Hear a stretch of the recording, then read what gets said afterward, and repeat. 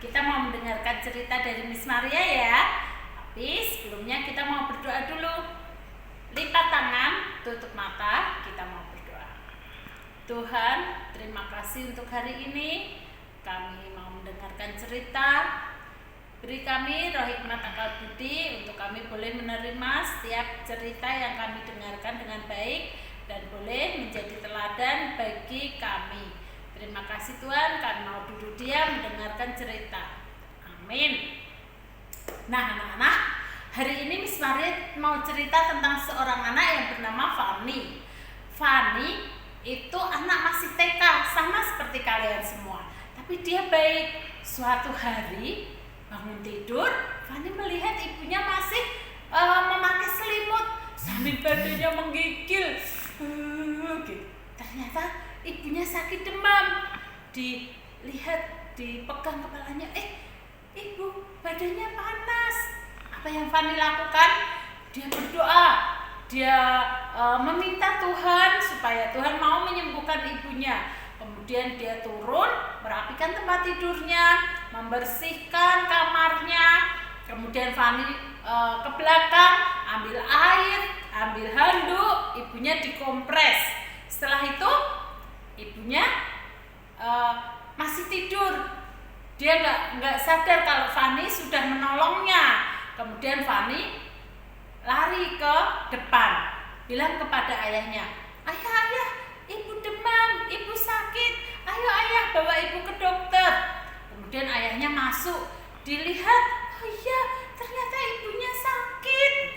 Terus ayahnya membawa ibu Fanny ke dokter. Fanny di rumah, Fanny tidak ikut karena tahu kalau nanti Fanny akan merepotkan. Di rumah Fanny berpikir, apa ya yang harus aku lakukan? Biasanya dia belajar kalau pagi hari, mengerjakan tugas yang diberikan gurunya sampai selesai. Tapi pagi ini Fanny memilih beres-beres rumah sebisa yang dia lakukan.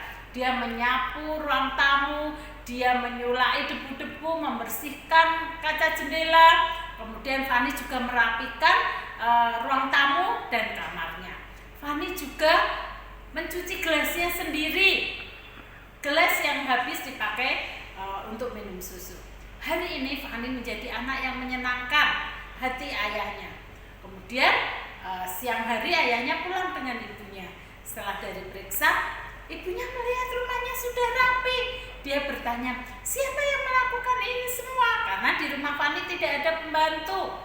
Kemudian Fanny bilang, saya bu, saya membersihkan sebisa saya supaya ibu bisa cepat sembuh. Ibunya senang sekali. Ibunya bersyukur punya anak seperti Fanny. Tuhan kirimkan anak yang baik seperti Fanny. Kemudian ibunya minum obat, istirahat, makan yang cukup, dan sehat kembali. Fanny merasa bersyukur karena Tuhan mengasihi Fanny dan mengasihi ibunya. Di situ ibunya tahu kalau Fanny ini anak yang baik, anak yang suka menolong ibunya. Biasanya dia tidak melakukan itu, tapi hari itu dia mencoba berbuat baik dengan menolong ibunya, membantu ibunya di rumah. Ayahnya suka, ibunya suka, Tuhan juga suka melihat perbuatan Fanny. Nah, jadi anak-anak di rumah kalian yang biasanya belum pernah menolong ibu, yuk belajar menolong ibu, membantu ibu di rumah. Apa yang bisa kalian lakukan? Lakukan saja. Mungkin menyiram bunga, mungkin membersihkan ruang tamu, menyulak-nyulak debu-debu yang kotor, atau apa saja coba dilakukan, dicoba. Pasti kalian juga akan menjadi anak yang baik seperti Fanny tadi. Nah, ceritanya Miss Maria sudah selesai. Miss Maria percaya kalian yang ada di rumah juga anak yang baik seperti Fanny. Jadi mulai sekarang yuk kita belajar membantu ibu di rumah ya. Cerita Miss Maria sudah selesai, kita mau berdoa dulu sebelum melanjutkan aktivitas kita selanjutnya, sebelum mengerjakan tugas-tugas yang diberikan Miss dan sebelum melakukan kegiatan yang lain.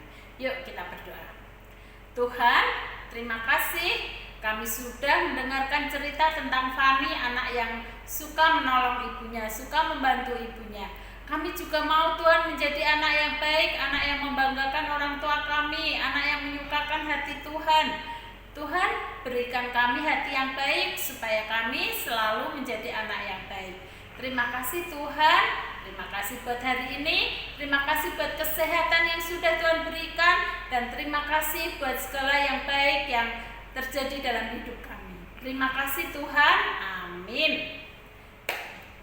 Cerita Miss Maria sudah selesai, tetapi kalian terus melanjutkan aktivitas kalian di rumah ya. Tetap jaga kesehatan, tetap belajar di rumah, patuh sama orang tua, dan belajar membantu ibu di rumah. Gitu ya anak-anak. Terima kasih, bye-bye.